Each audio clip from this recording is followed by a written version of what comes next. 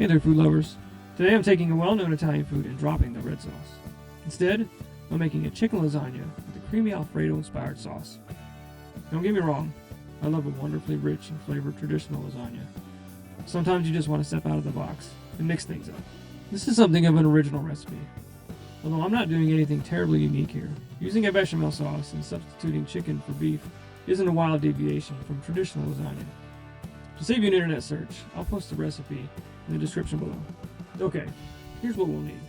3 to 4 boneless, skinless chicken breasts, 1 tablespoon of granulated garlic, 1 teaspoon of granulated onion, 1 teaspoon of salt, 1/4 teaspoon of pepper, 2 cups of part skim ricotta, 1 egg, lemon zest from 1/2 of a lemon, 1 teaspoon of basil, 1 teaspoon of oregano, 1 stick of butter, 1/2 cup of flour, 2 cups of chicken stock, 2 cups of milk, 1 pound of oven-ready lasagna noodles, 1 cup of crumbled bacon, 1 cup of parmesan, and 2 cups of mozzarella cheese.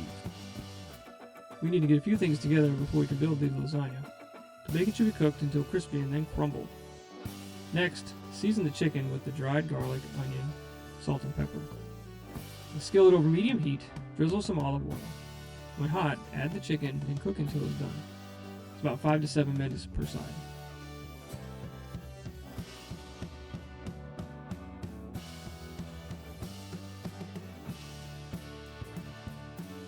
Remove from the skillet, and when cool enough to handle, slice thinly.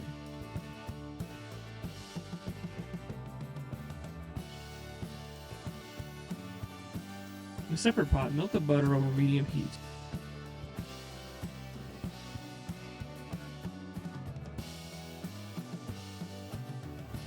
When melted, add in the butter and cook for a couple of minutes until it just begins to brown.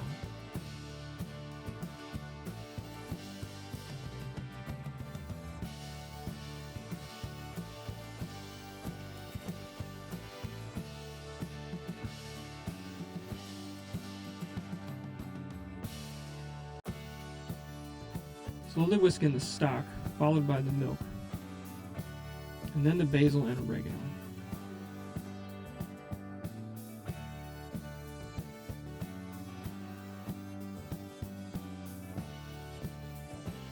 Remove it from the heat and set aside.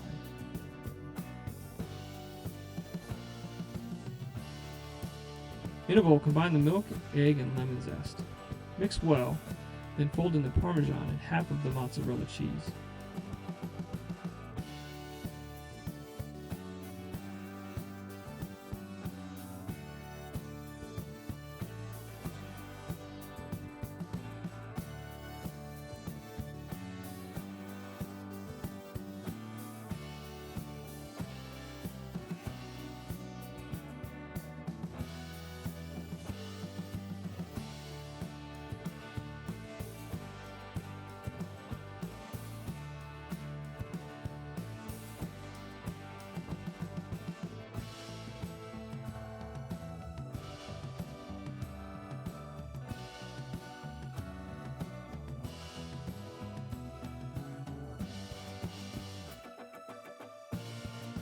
Heat your oven to 375 degrees, and then get a 9 by 13 baking dish. Ladle some of the sauce, just enough to coat the bottom.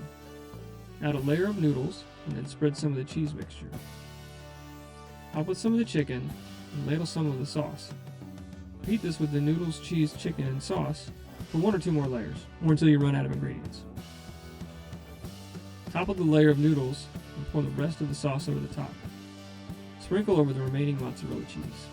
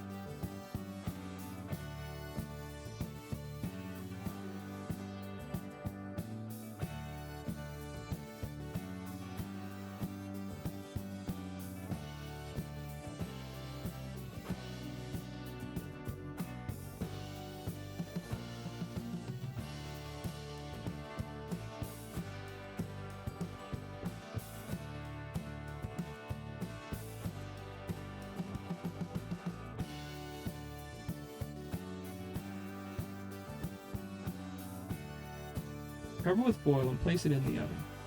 We're going to bake for about 50 to 55 minutes.